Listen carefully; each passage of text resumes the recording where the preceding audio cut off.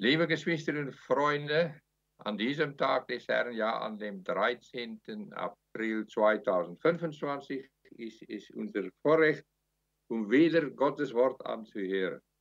Lass uns dafür beten, dass wir nicht nur sein Wort anhören werden, sondern Stimme hören werden, lernen zu können, in der Tat zu lernen, was wir weiter noch über die Botschaft von den 10 Jungfrauen lernen sollen, im Licht von, was darüber geschrieben steht, in dem Gleichnis, das wir finden in Matthäus Kapitel 25, Verse 1 bis 13. Ich werde jetzt dieses Gleichnis euch nochmals vorlesen, aus der Schlachterübersetzung. Matthäus Kapitel 25, Verse 1 bis 13. Während ich lese, schaue für Zeichen von Torheit von der Seite der törichten Jungfrauen und für Zeichen von Weisheit im Fall der 5 weise Jungfrauen. Ich lese euch es vor. Matthäus 25, Vers 1 bis 13, das Gleichnis von den 10 Jungfrauen. Jesus Christus redet es folgendermaßen darüber. Dann wird das Reich der Himmel 10 Jungfrauen gleichen, die ihre Lampen nahmen und dem Bräutigam entgegengingen. 5 von ihnen aber waren klug und 5 töricht. Die Törichten nahmen zwar ihre Lampen, aber sie nahmen kein Öl mit sich. Die Klugen aber nahmen Öl in ihren Gefäßen mitsamt ihren Lampen. Als nun der Bräutigam auf sich warten ließ, wurden sie alle schläfrig und schliefen ein. Um Mitternacht aber entstand ein Geschrei. Siehe, der Bräutigam kommt. Geht aus ihm entgegen. Da erwachten alle jene Jungfrauen und machen ihre Lampen bereit. Die Törichten aber sprachen zu den Klugen, gebt uns von eurem Öl, denn unsere Lampen erlösen. Aber die Klugen antworteten und sprachen, nein, es würde nicht reichen für uns und für euch. Geht doch vielmehr hin zu den Händlern und kauft für euch selbst. Vers 10. Während sie aber hingingen, um zu kaufen, kam der Bräutigam. Und die bereit waren, gingen mit ihm hinein zur Hochzeit. Und die Tür wurde verschlossen. Danach kommen auch die übrigen Jungfrauen und sagen, Herr, Herr, tue uns auf. Er aber antwortete und sprach, wahrlich, ich sage euch, ich kenne euch nicht. Darum wacht, denn ihr wisst weder den Tag noch die Stunde, in welcher der Sohn des Menschen kommen wird. Dazu lese ich euch nur noch vor, was wir alles hier tun werden heute. Das Datum ist, wie schon gesagt, 13. April 2025, Uhrzeit als Anfangszeit von den Gottesdienst war 10 Uhr vormittags. Predigtserie ist immer noch die Enthüllung der Herrlichkeiten der 4 Paradiese Gottes. Titel der Predigt in dieser Serie von heute ist Predigt Nummer 52 und es heißt der Vorläufer Teil 42. Wir werden mehrere Stellen behandeln, aber Hebräer Kapitel 6, Verse 19 und 20, in dem Kontext von den Versen 1 bis 18 ist ganz entscheidend. Ich werde euch noch wieder sagen, warum, wie ich euch dies mehrmals in der Vergangenheit gesagt habe. Ich lese euch jetzt nur vor Hebräer Kapitel 6, Verse 19 und 20. Hebräer Kapitel 6, Verse 19 und 20. Diese Hoffnung halten wir fest als einen sicheren und festen Anker der Seele, der auch hineinreicht ins Innere, hinter den Vorhang, wohin Jesus als Vorläufer für uns eingegangen ist, der Hohepriester in Ewigkeit geworden ist nach der Weise Melchisedeks. Ich betone nur eine Sache hieraus heute, und zwar, Christus ist schon für uns, nachdem er sein Heilswerk vervollständigt hat, am Kreuz Golgotha gegen den teuersten Preis und nachdem ausgerufen hat, es ist vollbracht, war alles wahrlich vollbracht. Dann hat seinen Geist übergeben in die Hände seines Vaters. Er hat noch eine verlorene Sünder gerettet. Und dann war dieser Mann ist weise gemacht, ist nicht töricht geblieben, wie der Sünder an der anderen Seite von ihm. Beide von ihnen hingen, der eine zu seinem Linken am Kreuz, die andere an seinem eigenen Kreuz zu seinem Rechten. Eine zu seinem Rechten hat der Heilige Geist weise gemacht zu merken, er braucht Jesus Christus und die reinigen durch sein Blut und ihn als Erlöser. Und er hat ausgerufen, Herr, denke an mich, wenn du in deinem Königreich kommst. Und der Herr hat ihm sofort geantwortet, wahrlich, ich sage dir, heute wirst du mir im Paradies sein. Ja, in dem himmlischen Paradies.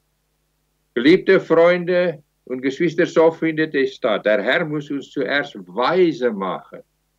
Weise mit seiner Weisheit, weil er ist der allein weise Gott in Christus Jesus und durch Jesus Christus, um zu merken, dass wir Jesus Christus als Erlöser brauchen und dass er unser König werden sollte und dass er uns reinigen sollte durch sein Blut, das er am Kreuz Golgotha vor mehreren Tausenden von Jahren vergossen hat zu diesem Ziel und Zweck. Und dass er jetzt schon sich hinter den himmlischen Vorhang befindet, weil er ist am dritten Tag auferweckt worden aus seinem Grab und er ist zum Himmel aufgefahren, befindet sich jetzt zum Rechten des Vaters auf demselben Thron, herrschend von dort. Er ist der Einzige, der dort ist. Deswegen wird er genannt hier in Hebräer Kapitel 6. Er ist unser Vorläufer, ist er hinter den himmlischen Vorhang hineingegangen, über alle Himmel, um uns auch dorthin zu führen, als Fürst des Lebens, der alle Grenzen von Zeit und Raum durchbrochen hat. Die Frage ist, oh Freund, hat er dich schon weise gemacht und hast du aufgrund dieser Weisheit schon Jesus Christus kennengelernt als dein Erlöser? Hat er dich schon umgewandelt? Lobe den Herrn, die meisten von uns, die hier anwesend sind, können mit Bescheid sagen, er hat die schon gemacht. Wunderbar. Aber jetzt komme ich mit neuen Bibelstellen, die wir noch nicht behandelt haben. Was ist alles darin eingeschlossen, dass der Herr seine Jungfrauen, die er jungfräulich rein gemacht hat, im Geistlichen sind, als er sie erlöst hat. Dies ist doch mit dir auch stattgefunden, Brüder in Christus, mit dir auch, geliebte Schwester. Erstens, wie dankbar sind wir dafür? Zweitens, wie viel Freude erfahren wir dafür? Wie häufig loben und danken und ehren wir ihm dafür? Aber jetzt möchte ich euch zeigen, wer hat den Unterschied gemacht? In den vorherigen Predigten über diese 10 Jungfrauen, über dieses Gleichnis, haben wir immer gesehen, wir müssen weise sein, um auf die richtige, gottgewollte, Christusgewollte Weise auf seine Wiederkunft zu warten, zu harren, um ihm zur richtigen Zeit, wenn der Bräutigam kommt, ihm entgegenzugehen, mit Lampen, die brennen sind, mit einer Reserve von Öl vom Heiligen Geist in unseren Lampen.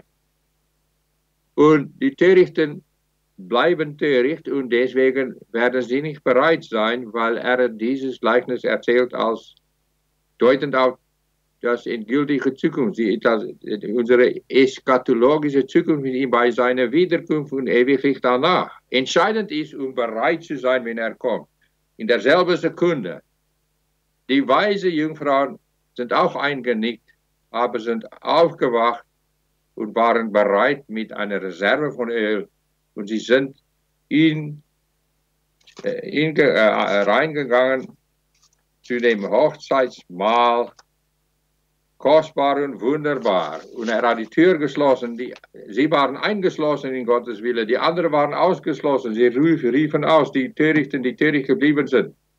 Herr, Herr, tue uns auf, Vers 11 von Matthäus Kapitel 25. Vers 12, der Bräutigam mit Antworten. Der Herr Jesus Christus aber antwortete und sprach, wahrlich, ich sage euch, ich kenne euch nicht. Vorher hat er ihnen gesagt, ich habe euch nie gekannt. Dann wird er sagen, ich kenne euch immer noch nicht. Und darum bleibt die Botschaft, Vers 13, darum wacht. Denn ihr wisst nicht weder den Tag noch die Stunde, in welcher der Sohn des Menschen kommen wird. So, wir wissen, der Herr hat uns gesagt, unsere Verantwortung ist, weise zu sein und alles zu tun, um uns richtig vorzubereiten für seine Wiederkunft, die noch stattfinden sollte, weil wir nicht wissen, wann er kommen wird. Dies ist Gottes Prüfung, Christi Prüfung. Wir müssen immer bereit sein, obwohl wir die Uhrzeit und den Tag nicht wissen. Aber jetzt möchte ich heute eine neue Perspektive bringen, weil der Heilige Geist mich dazu geführt hat und gedrängt hat als Geist des Christus, und zwar, wer ist der eine, der uns weise gemacht hat? Und die Antwort ist Gott, der himmlische Vater, im Herrn Jesus Christus, in dem himmlischen Christus, der zu diesem Ziel jetzt schon hinter den Vorrang, himmlischen Vorrang über alle Himmel in uns gearbeitet hat und uns erlöst hat. Lass uns die Lektionen aus diesen verschiedenen Bibelstellen lernen, als Anfang, Neuanfang. Dies ist eigentlich eine neue, einleitende, orientierende Predigt, weil ich werde noch eine Zeit lang über dieses Gleichnis predigen. Sprüche Kapitel 2 und Vers 10. Wir fangen an mit dem Alten Testament. Wie kostbar zuerst? Erste Frage, wie kostbar ist die Weisheit? Die Weisheit, die nur von Gott kommt. Jetzt lesen wir Sprüche Kapitel 2 und Vers 10. Ja, Sprüche Kapitel 2 Vers 10 aus der Schlachterübersetzung. Wenn die Weisheit in dein Herz kommen wird und die Erkenntnis deiner Seele gefällt, Vers 11, dann wird Besonnenheit dich beschirmen, Einsicht wird dich behüten, um dich zu erretten von dem Weg des Bösen. Höre doch, was wir hier haben. Wenn die Weisheit in dein Herz kommen wird, ja, der Herr hat seine Weisheit in unsere neuen Herzen gelegt bei unserer Errettung. Und deswegen, was danach kommt, und die Erkenntnis deiner Seele gefällt, deswegen gefällt die Erkenntnis Gottes und von seinen Willen, von seinen Aufträgen, unsere Seelen, in unsere neuen Herzen. Und dies macht Christus glückselig, dass wir dies so ausüben. Aber er hat uns dazu befähigt bei unserer Errettung und wir bleiben dazu befähigt durch den Heiligen Geist fortwährend und fortschreitend. Wer hat die Initiative übernommen? Gott der Vater in Christus und durch Jesus Christus. Vers 11. Dann wird Besonnenheit dich beschirmen. Dann werden wir ausgeglichen handeln und besonnen handeln. Und dies wird uns beschirmen. Jeder von uns. Er bleibt uns Schirm und uns Schutz. Und deswegen werden alle weise Jungfrauen bei Christus landen in dem Himmel bei seiner Wiederkunft. Er hat die Verantwortung dafür übernommen. Dann lese ich weiter, Vers 11b, Sprüche 2, Vers 11b. Einsicht wird dich behüten, um dich zu erretten von dem Weg des Bösen.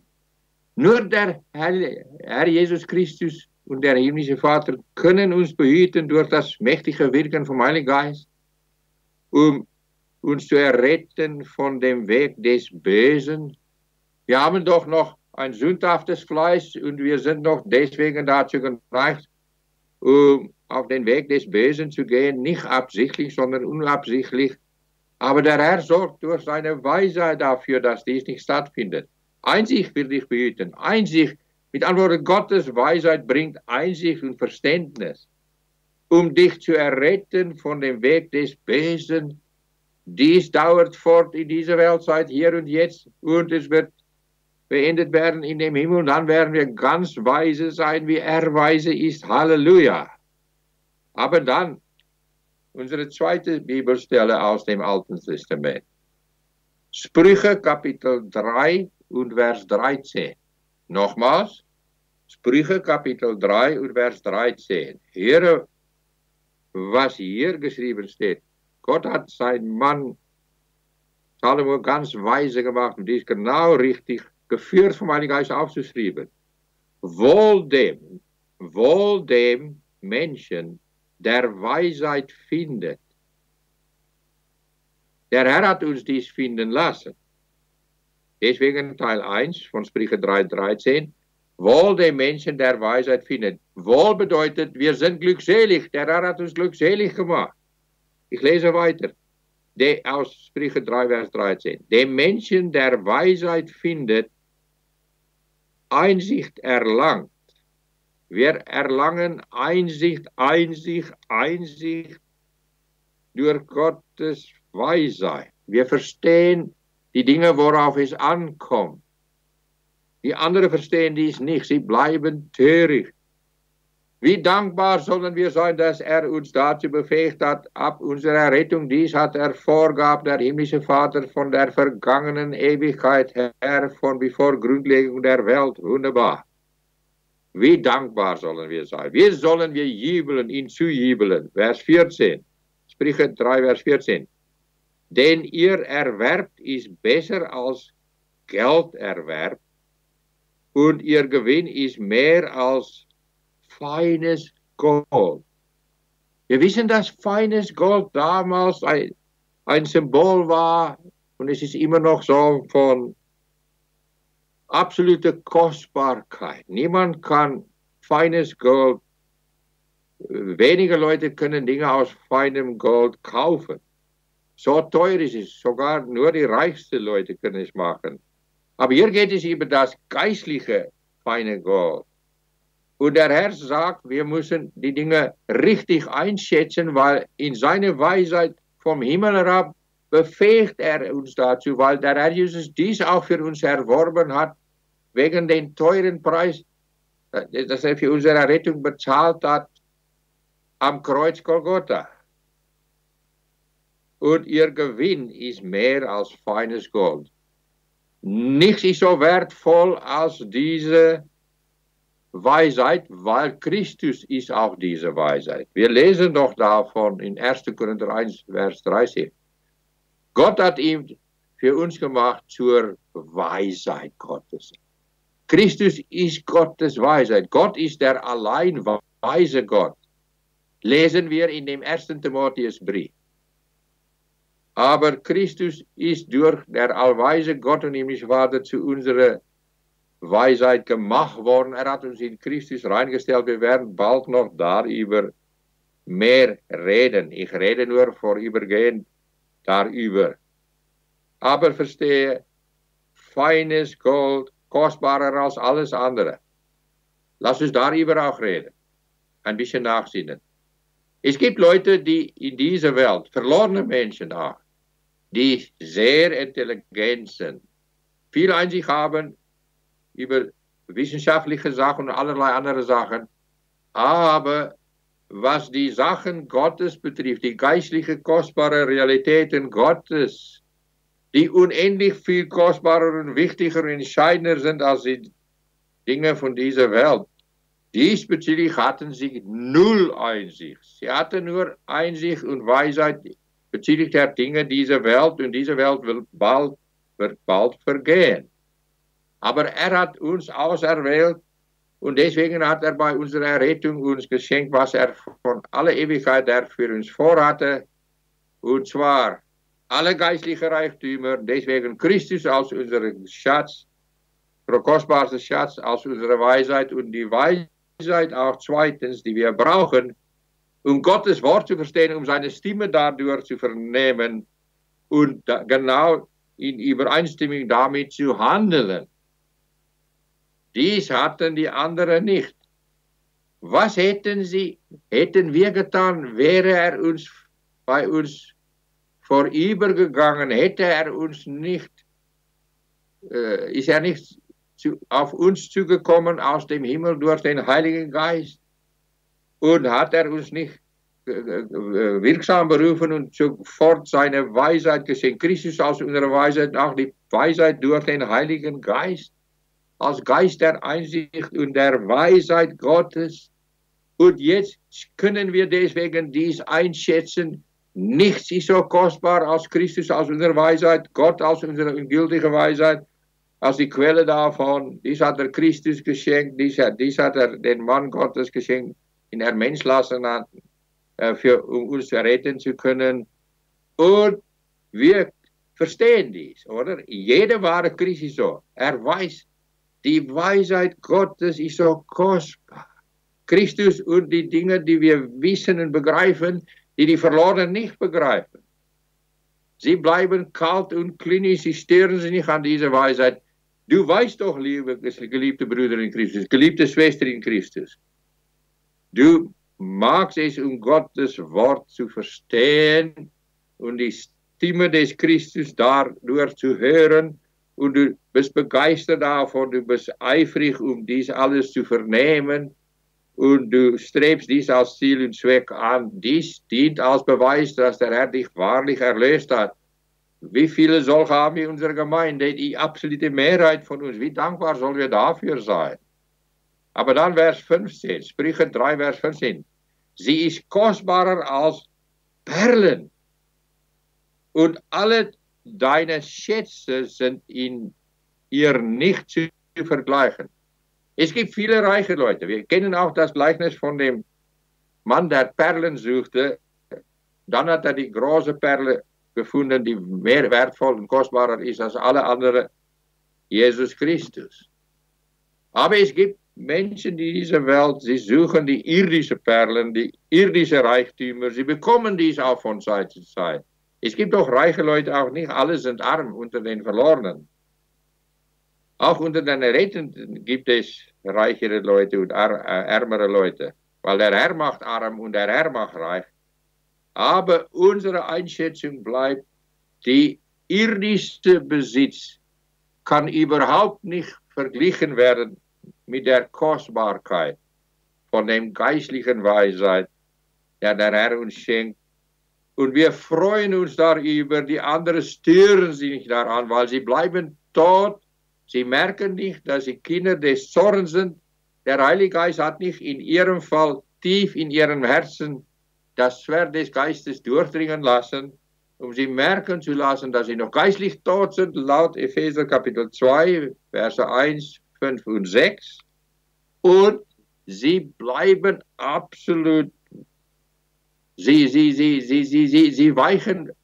Sie vermeiden dies wie die Pest. Sie wollen nicht über Christus aus ihrer Weisheit reden. Sie sind Besserwisser, weil der Herr hat sie noch nicht wirksam berufen. In unserem Fall sind wir keine Besserwisser mehr. Er hat uns demütig gemacht. Der Mann, der demütig gemacht worden ist, der auch Gott geblieben ist, Jesus Christus, hat die Weisheit Gottes in seinem Person uns gezeigt, offenbart durch Gott, den Vater, durch den Heiligen Geist. Und er zeigt uns, ihr sollt mein Vorbild nachfolgen. Ihr sollt auch in der Weisheit Gottes handeln. Ich vermittle dies als sein Stellvertreter an euch, an dich und an euch zusammen als Gemeinde. Dies tut er mit alle wahre Wiedergeborene, alle wahre, kluge und weise Jungfrauen, wovon wir in Matthäus Kapitel 25, Verse 1 bis 13 lesen. Wie kostbar, wie wunderbar. Dann kommen wir zu Sprüche 4 und Vers 11.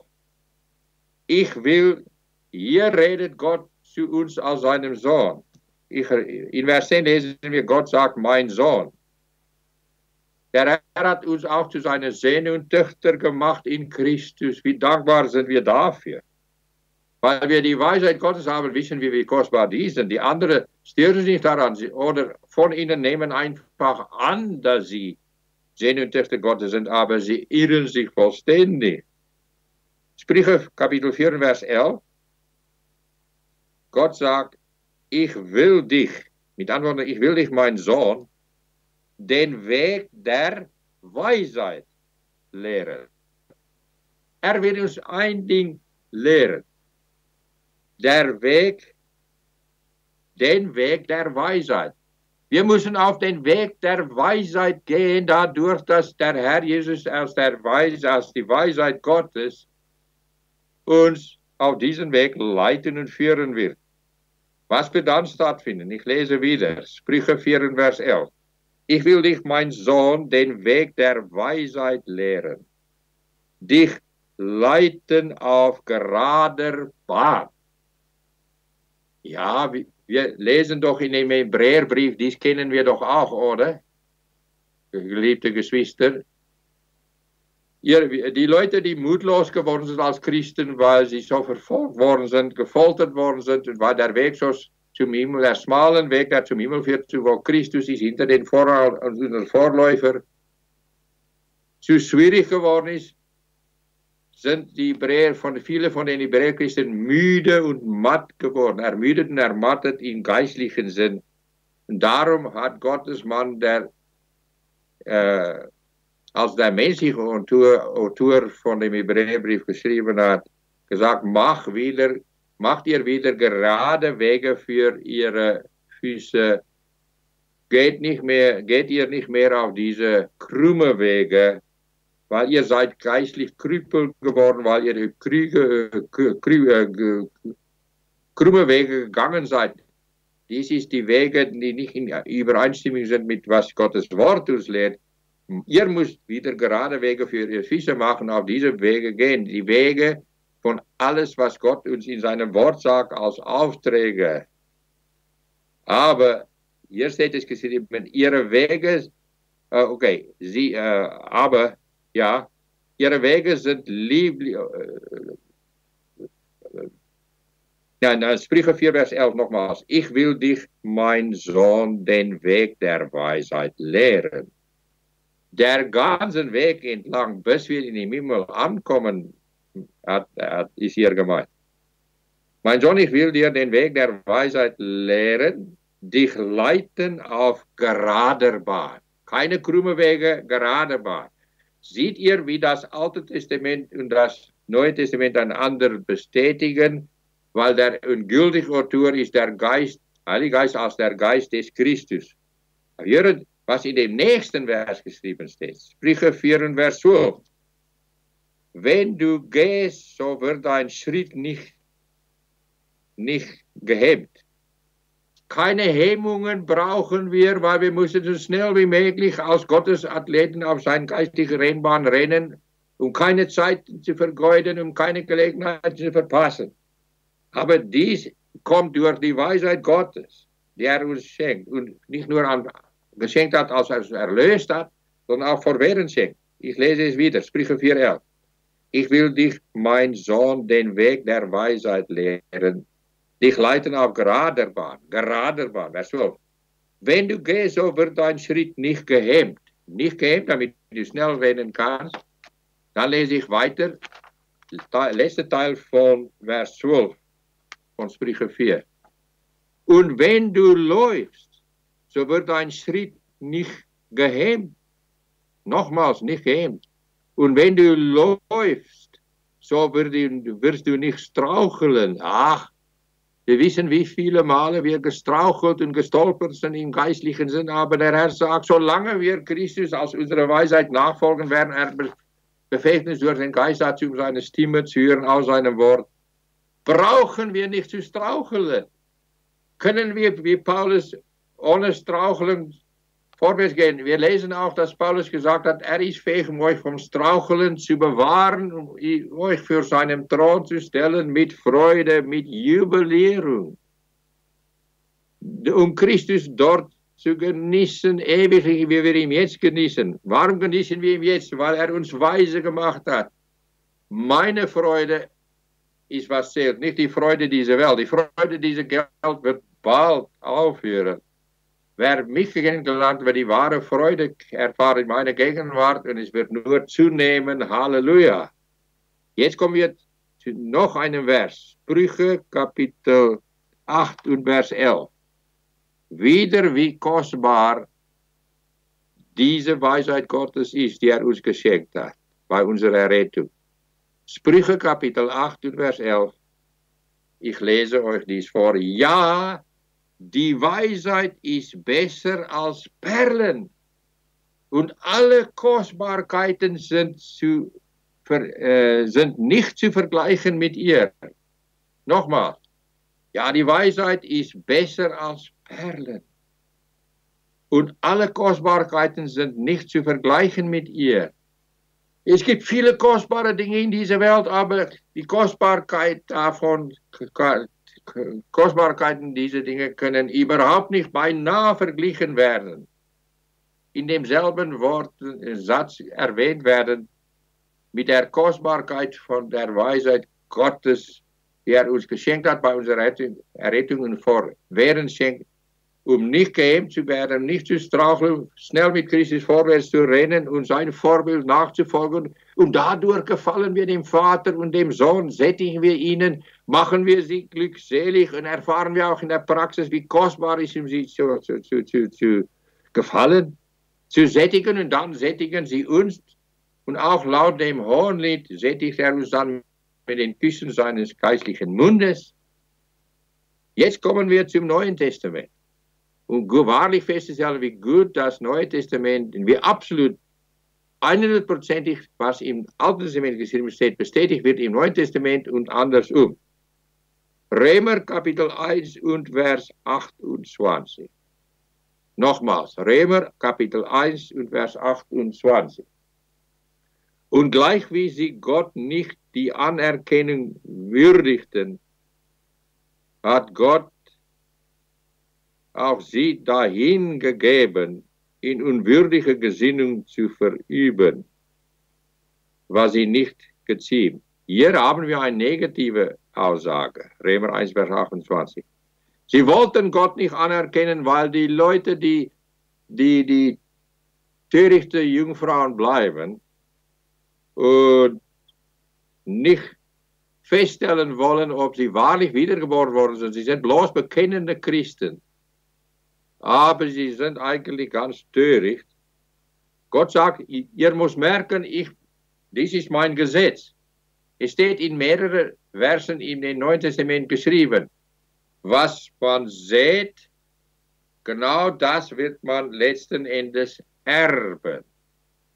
Wir sehen jeden Tag, jeder Mensch in dieser Welt, wir sehen für die Ewigkeit, wir suchen laut dem Römerbrief ewiges Leben und in Gottes Gegenwart, nicht um errettet zu werden, sondern weil er uns schon errettet hat, wollen wir maximal für ihn Frucht bringen, um ihm maximal zu gefallen, um maximal Frucht belohnt zu werden für den Frucht, die wir für ihn getragen haben, durch seine Befähigung, wenn wir bei ihm in den Himmel ankommen werden, bei seiner Wiederkunft.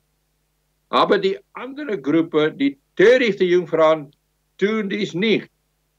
Und gleich, ich lese wieder, Römer 1, Vers 28, und gleich wie sie Gott nicht der Anerkennung würdigten. Sie hat ihn nicht als Gott anerkannt. Hier reden wir eigentlich von den Heiden, die ihn überhaupt nicht anerkennen würden. Hat Gott auch sie dahin gegeben, in unwürdige Gesinnung zu verüben, was sich nicht geziemt. Unwürdige Gesinnung ist nicht so klar und deutlich, was dies bedeutet. Aber hier in der Kommentarbibel von John MacArthur, in New King James Version, lese ich euch es zuerst auf Englisch vor. Romans chapter 8, verse 28. God gave them over to a debased mind. Übersetzt auf Deutsch, Römer 8, 28, aus New King James Version. Gott hat sie dahin gegeben, um eine perverse, um wertlos zu denken über alles. Und das griechische Wort deutet auch darauf.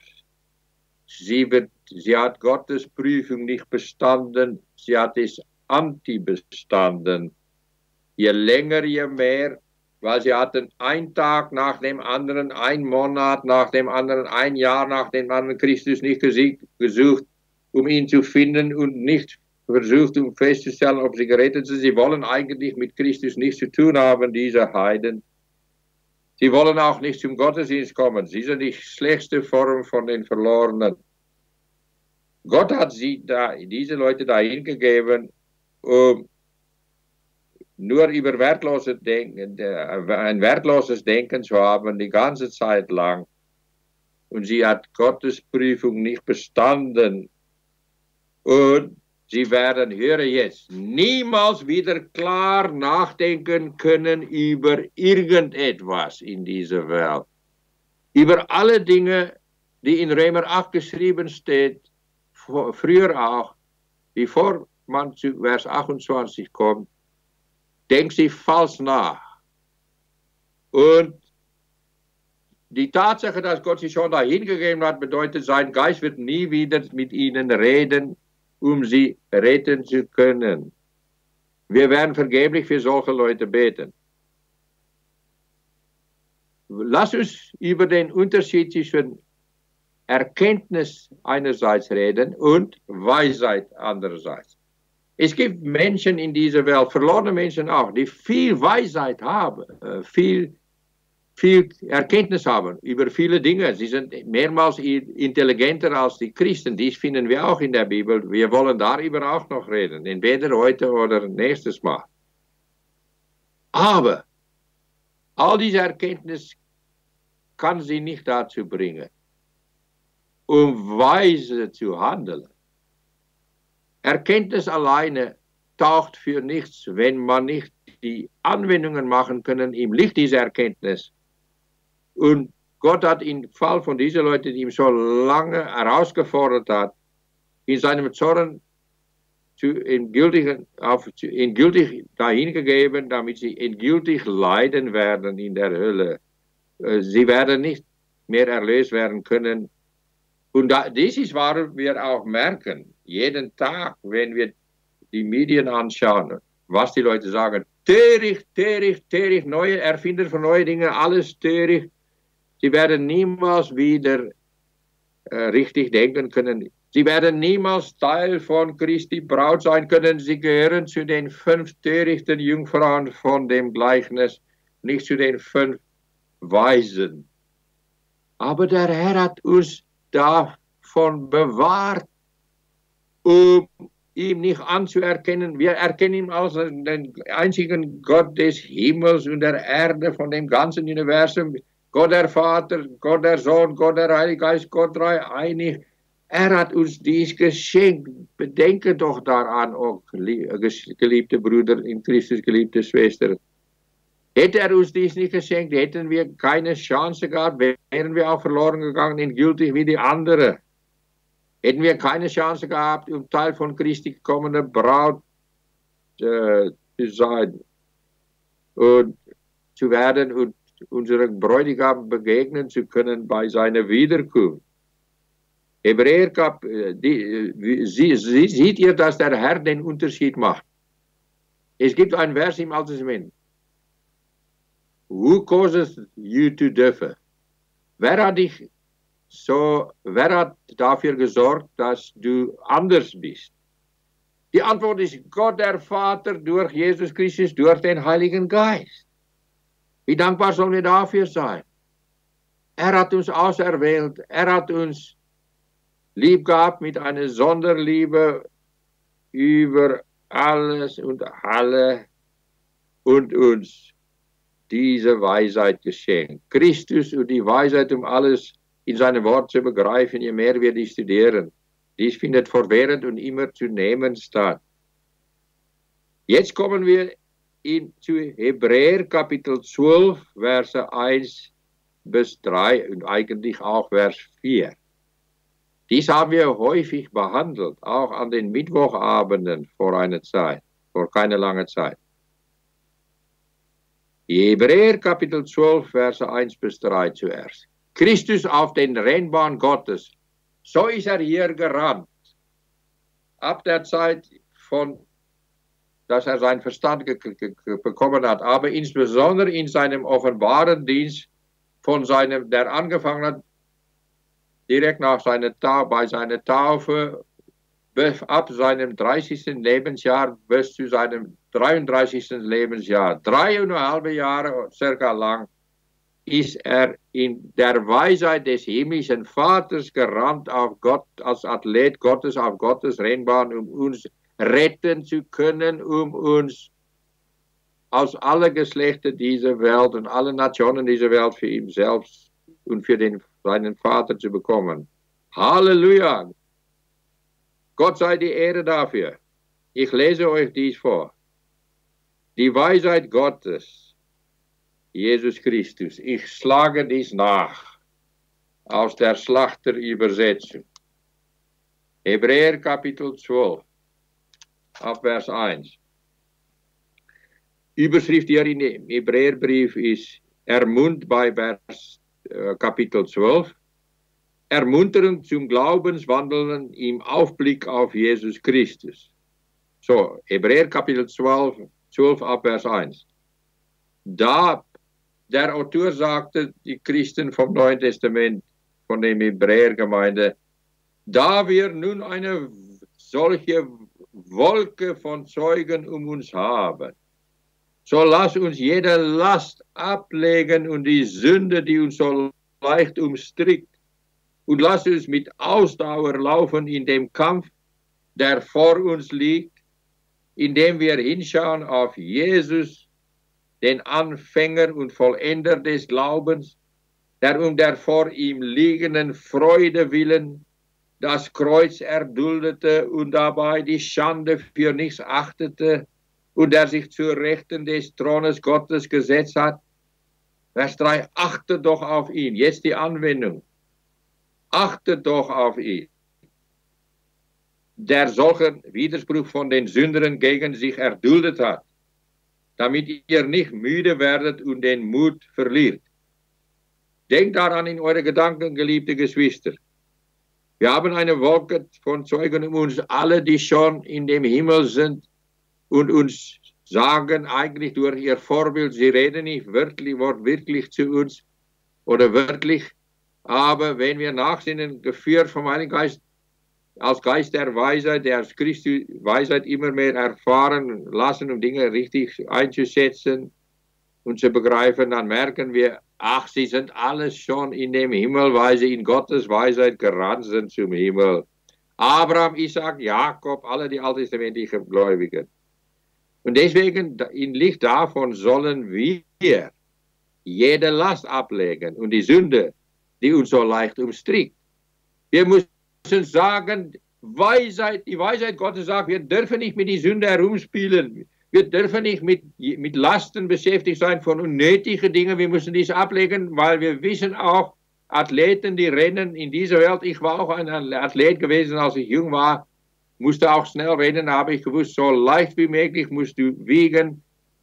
Leichte Schuhe, eine kleine Weste oben und so weiter, weil zusätzliche Dinge würde dich langsamer rennen lassen, dann wirst du nicht den Kampfpreis bekommen können. Du wirst nicht schnell genug rennen bis zum Ende deiner Bahn. Aber Christus ist gerannt auf den Bahn des himmlischen Vaters.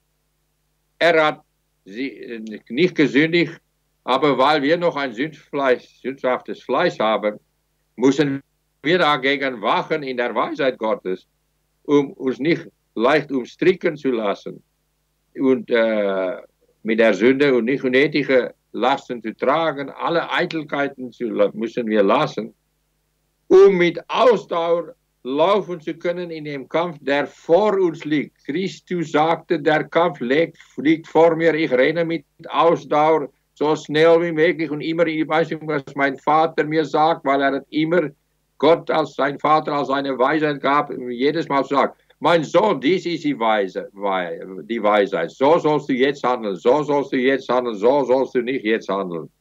Wir sollen sein Vorbild nachfolgen, weil derselbe Geist der Weisheit und der Einsicht als Heiliger Geist, als Geist des Christus, ist in uns zur Verfügung gestellt, um uns auf diesen Weg zu führen.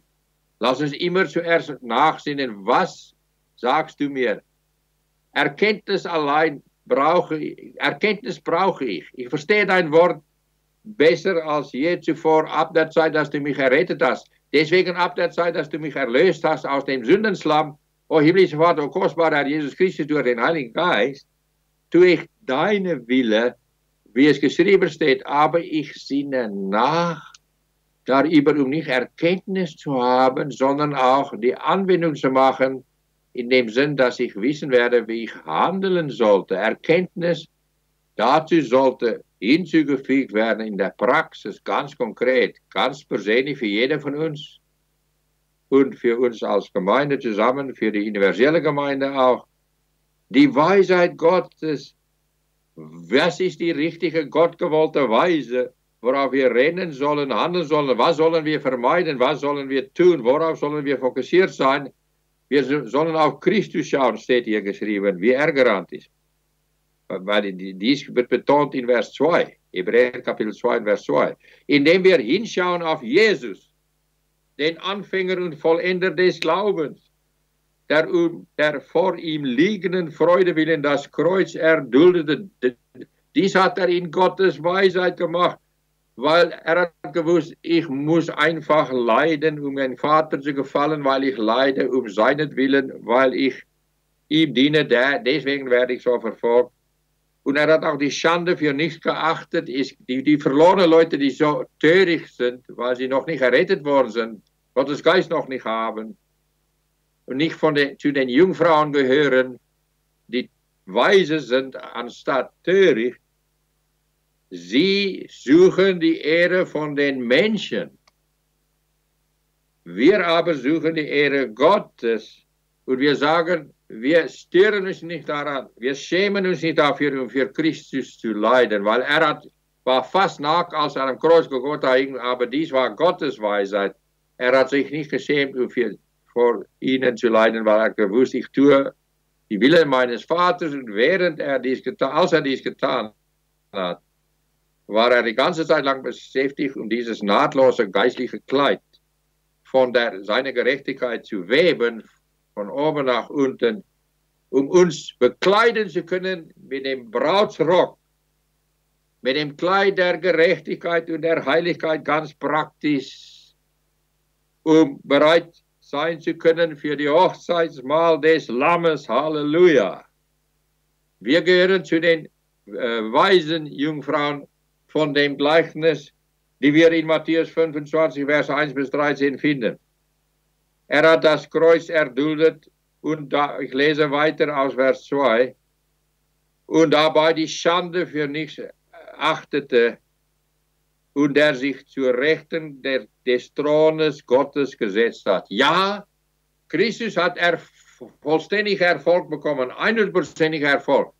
Er befindet sich jetzt zu Rechten des Thrones Gottes auf demselben Thron mit seinem Vater in der Allmacht, Kraft seines Vaters. Er regiert als Gottes Stellvertreter und schenkt uns die Weisheit, um vorwärts zu rennen, die schon errettet worden sind, und die andere wird er die Weisheit schenken, die auch auserwählt sind, noch gerettet zu werden. Aber die anderen, die nicht auserwählt worden sind, haben auch eine Chance, um gerettet zu werden, aber sie bleiben töricht, sie wollen nichts von Christus wissen. Aber die Jungfrauen, wovon wir in Matthäus 25 lesen, die Törichte, hatten nicht doppelt sichergestellt, habe ich diese Weisheit? Bin ich eine echte Jungfrau oder habe ich nur den Schein und nicht den Sein? Dafür werden sie noch einen bitteren Preis bezahlen. Sie hatten laut diesem Gleichnis, wird sie in der Zukunft einen bitteren Preis bezahlen. Er wird ausrufen, ich kenne euch nicht, weil die Tür wird geschlossen sein. Sie werden bald ausrufen, Herr, tue uns auf, wir wollen auch dort sein, wir haben auf deine Wiederkunft gewartet. Wir wollen bei dem Hochzeitsfest sein. Nein, ihr seid ausgeschlossen, ich kenne euch nicht, ich habe euch nicht gekannt. Hast du dich wahrlich geprüft, oh bekennende Christ? Bist du ein Heuchler oder bist du echt? Du darfst nicht einfach sagen, ich nehme an, ich bin weise. Eine weise Jungfrau, du sollst es prüfen. Dies ist kein Vorschlag. Es steht in 2. Korinther 13 und 5 geschrieben, prüft euch selbst. Stellt euch selbst auf die Probe. Oder seid ihr euch nicht sicher davon, dass Christus in euch ist? Wir müssen daran denken, geliebte Geschwister. Der Herr allein kann dies bestätigen. Wir müssen feststellen, welche Merkmale haben wir. Haben wir die Merkmale von den Weisen oder von den Törichten? Und dann, wenn wir die Prüfung machen, werden wir gehören wahrlich zu seinen Weisen, wird er uns alles schenken für die Zukunft, für jede Sekunde. Und dann nochmals Vers 3, Hebräer Kapitel 12, Vers 3, achtet doch auf ihn. Lass uns auf Christus Acht geben. Mit den geistlichen Augen, die er uns geschenkt hat in dieser Weltzeit, während wir hier sind, ab unserer Rettung. Ich lese wieder, Hebräer Kapitel 2, Vers 3, achtet doch auf ihn, der solchen Widerspruch von den Sündern gegen sich erduldet hat, damit ihr nicht müde werdet und den Mut verliert. Es gibt ein Rezept Gottes und des Christus durch den Heiligen Geist, um nicht mutlos zu bleiben, neuen Mut zu schöpfen und nicht ermüdend und matte zu bleiben, sondern erneut zu werden, wieder wie die Adler hoch zu fliegen und nicht zu rennen, nicht müde und matt zu werden, um viel Freude und Frieden zu erfahren und Christus in den Satan zu schlagen, in jeder Schlacht, in diesem geistlichen Krieg, mehr als Überwinder sein, dies ist. Schaut auf Christus, lass er deine Weisheit sein und lass er dir zeigen, was du falsch machst, um dies abzulegen, worauf du dich fokussieren sollst. Einsicht und Weisheit durch den allweisen Christus, laut 1. Korinther 1 für uns gemacht, zu Weisheit Gottes. Ich behandle noch nur Vers 4 von Hebräer Kapitel 12 und dann komme ich zu der letzten Stelle danach. Dann werde ich abschließen. Hebräer Kapitel 2 und Vers 4. Ihr habt noch nicht, o Christen von der Hebräergemeinde, ihr habt noch nicht bis aufs Blut widerstanden im Kampf gegen die Sünde und habt das Trostwort vergessen, das zu euch als zu sehnen spricht. Und dann ein Zitat. Mein Sohn, achte nicht gering die Züchtigung des Herrn und verzage nicht, wenn du von ihm zurechtgewiesen wirst. Vers 6, denn wenn der Herr lieb hat, der züchtigt er und er schlägt jeden Sohn, den er annimmt. Wenn er dich nicht züchtigt, weil du gesündigt hast, wenn er dich nicht schlägt, hat er dich nicht mit dieser Sonderliebe lieb. Bist du, wie es auch übersetzt wird durch bestimmte Übersetzer, seid ihr Bastarde und keine wahre Söhne Gottes. Wie kostbar er züchtigt uns, weil er uns zurechtweist. Dies ist die Weisheit Gottes in Christus. Christus ist eifrig geblieben. Diesen ganzen Verse 4 bis Ende von 6 deutet auf eifrig sein, mit dem Eifer des Herrn Jesus vorwärts ziehen und nicht nachlassen, keine Sekunden lang nur auf dem Weg bleiben, um in den Himmel anzukommen, dort herzlich willkommen zu geheißen zu werden durch den Herrn Jesus, durch den himmlischen Vater, bei seiner Wiederkunft. Und wir werden in der Tat bereit sein, weil er uns wird niemals aufhören, um uns zu züchtigen, wenn es nötig ist. Und wir werden nicht aufhören, um Buße zu tun für unsere Sünden. Und er wird uns aufwachen lassen, er wird uns führen und leiten, um seinen Wille positiv zu tun. Er wird uns mehr und mehr für doppelte Sieger machen. Aber ich schließe jetzt ab mit 1. Korinther Kapitel 1. Ich schlage dies nach. 1. Korinther Kapitel 1, ab Vers 28. Ab Vers 18. 1. Korinther Kapitel 1, ab Vers 18. Das Überschrift hier, das Wort vom Kreuz und die Weisheit der Menschen. Vers 18. Denn das Wort vom Kreuz, sagte Paulus hier, ist eine Torheit denen, die verloren gehen. Für uns ist Christus unsere Weisheit. Das Wort vom Kreuz, das er für sein Leben abgelegt hat, um uns mit seinem heiligen, kostbaren Blut zu reinigen, der er dort vergossen hat für uns. Für uns ist es eine absolute Kostbarkeit. Und dies ist Gottes Weisheit, um darüber uns zu freuen. Das Wort vom Kreuz im Gegensatz dazu für die anderen ist eine Torheit. Denen, die verloren gehen. Ja, diese 5 törichte Jungfrauen von dem Gleichnis von Matthäus 25 werden verloren gehen, ewiglich. Ich habe euch nicht gekannt, ich kenne euch nicht. Binde ihre Hände und Füße, wirf ihnen in die Hölle, sie werden dort ewig leiden in der Flamme, in den Flammen von der ewigen Hölle. Aber ich lese wieder 1. Korinther 1, Vers 18, denn das Wort vom Kreuz ist eine Torheit denen, die verloren gehen. Uns aber, im Gegensatz zu ihnen, die wir gerettet werden, ist eine Gotteskraft. Vers 19, denn es steht geschrieben, ich will zunichte machen die Weisheit der Weisen und den Verstand der Verständigen will ich verwerfen. Ja, dies wird zitiert aus dem Alten Testament.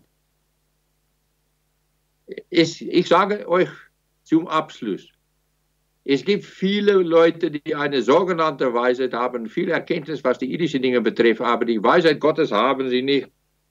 Und sie werden verloren gehen, weil sie werden niemals die Prioritäten Gottes und des Christus haben. Christus wird ihnen niemals kostbar werden. Sie werden niemals gehorsam werden, nur Erkenntnis haben, so oberflächlich von den weisen Jungfrauen von Gottes Wort. Lampen, ja, mehr Schein als Sein. Kein Sein eigentlich. Alles unecht. Du hast den Namen, dass du lebst und du bist doch tot. Wir werden aber bekleidet sein mit Christi Bekleidung, weil er den Brautsrock für uns gewoben hat, als er am Kreuz hing. Er ruft uns jetzt dazu auf, aufs Neue. Lasst uns freuen über was wir verstanden haben, weil wir haben dies verstanden, weil er uns den Geist der Weisheit geschenkt hat. Wir deswegen gehören zu den weisen Jungfrauen. Die anderen sollen evangelistisch auf uns hören sagen, wenn ich so weitermachen werde und nicht Christus darum anflehen werde, um mich auch weise zu machen, um mich wirksam zu rufen und seine Geist der Weisheit zu schenken, um mich in alle Weisheit, seine göttliche Weisheit, keine bloße menschliche Weisheit, vorwärts zu führen, werde ich niemals bei ihm in den Himmel ankommen. Ich werde in den Hölle landen. Lass uns so handeln. Und dies war nur eine Einleitung. Nächstes Mal werden wir viel tiefer minen, so Gott will, am nächsten Tag des Herrn. Sei gesegnet, sinnen nach hierüber und lass uns sein Wille tun ab sofort. Soli Deo Gloria. Amen.